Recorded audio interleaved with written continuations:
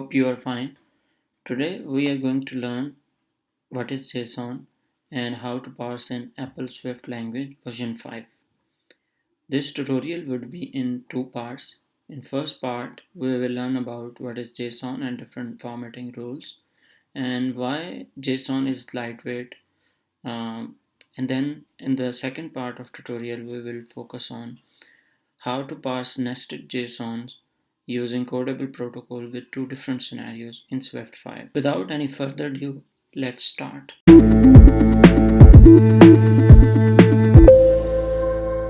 One is acronym for JavaScript Object Notation, and its syntax is derived from JavaScript. Uh, One of the popular uh, way to transfer information these days is JSON. Whether it's a server side, client side applications, sending and receiving data, or mobile application. JSON has become quite popular way of sending and receiving data. Every other API these days, you will see they are returning data in JSON format as compared to XML, which has been very popular way to send and transmit data. But when we compare JSON to XML, JSON is very lightweight, and by lightweight means information that we want to represent in JSON versus XML. JSON takes very less amount of characters. So, for example, let's say this is information about a person, first name, last name, age, and is working true or not. Uh, and if we compare it, how we will represent in XML, XML has enclosing, starting and enclosing tags because its syntax is more robust as compared to JSON. So if we count overall number of characters for XML versus JSON, XML is taking way more number of characters. And in computer science, it is very important that the data that we are transmitting over the network, it should take less number of characters because it would be quicker and easier to send and receive data. Imagine you are receiving thousands of such records with nested JSON from server and versus XML. So number of characters in XML, it would be way more than JSON. So not only sending and receiving data over the network, but also when it comes to storage, JSON would take less number of characters. So how a JSON looks like and what are different rules to create a JSON, since it is based on JavaScript syntax. You can see that it starts with curly bracket and ends with uh, curly bracket, or since array is also an object in JavaScript, we can uh, start with square bracket as well, and it would be a very valid JSON. Let's remove it, and okay. So JSON is nothing more than representing information in form of key value pairs. On left side there are keys in double quotes, and on right side these are values. And key and value is separated by a colon in between, and every key value pair is separated by a comma. And one important thing to remember is that if you omit any comma, it will lead to basically a wrong JSON.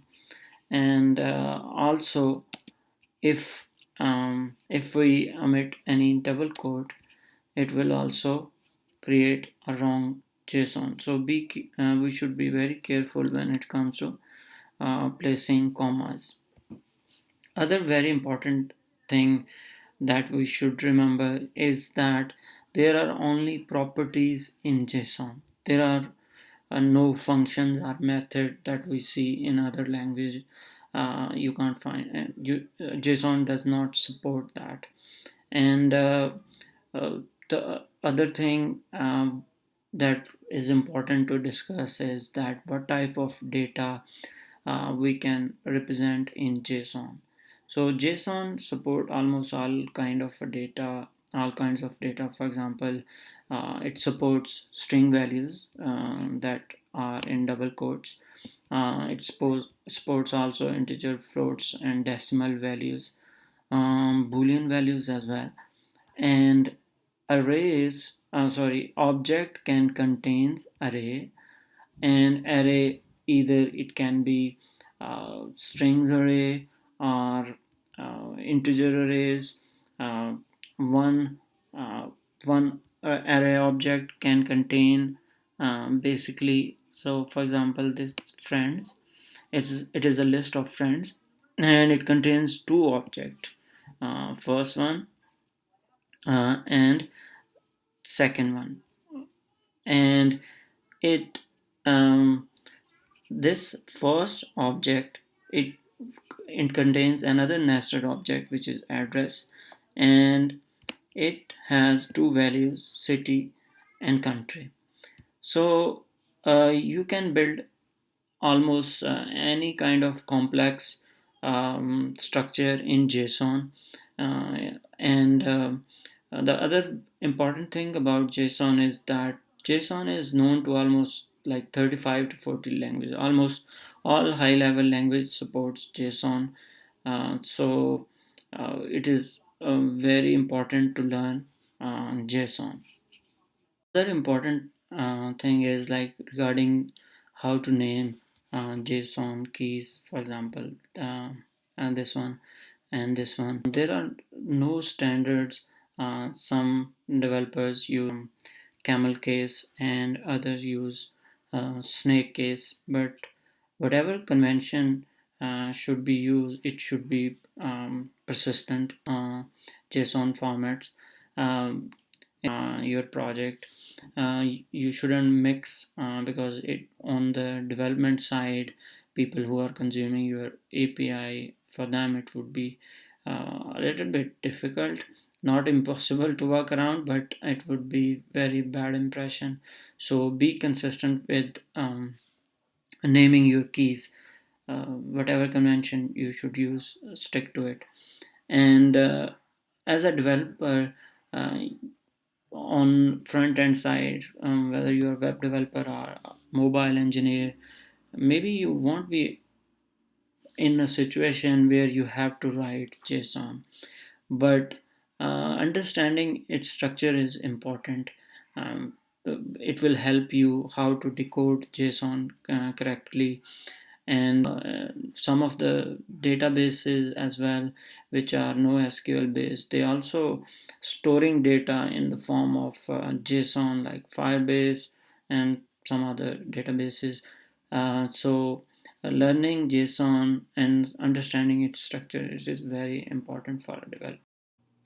For next tutorial, where we will parse JSON, I will put a link to that in the description of this video. I hope this has been helpful to you, and if it is so, please like, share, and subscribe. Also, if you have some feedback related to video, please share in your comment section. Thank you.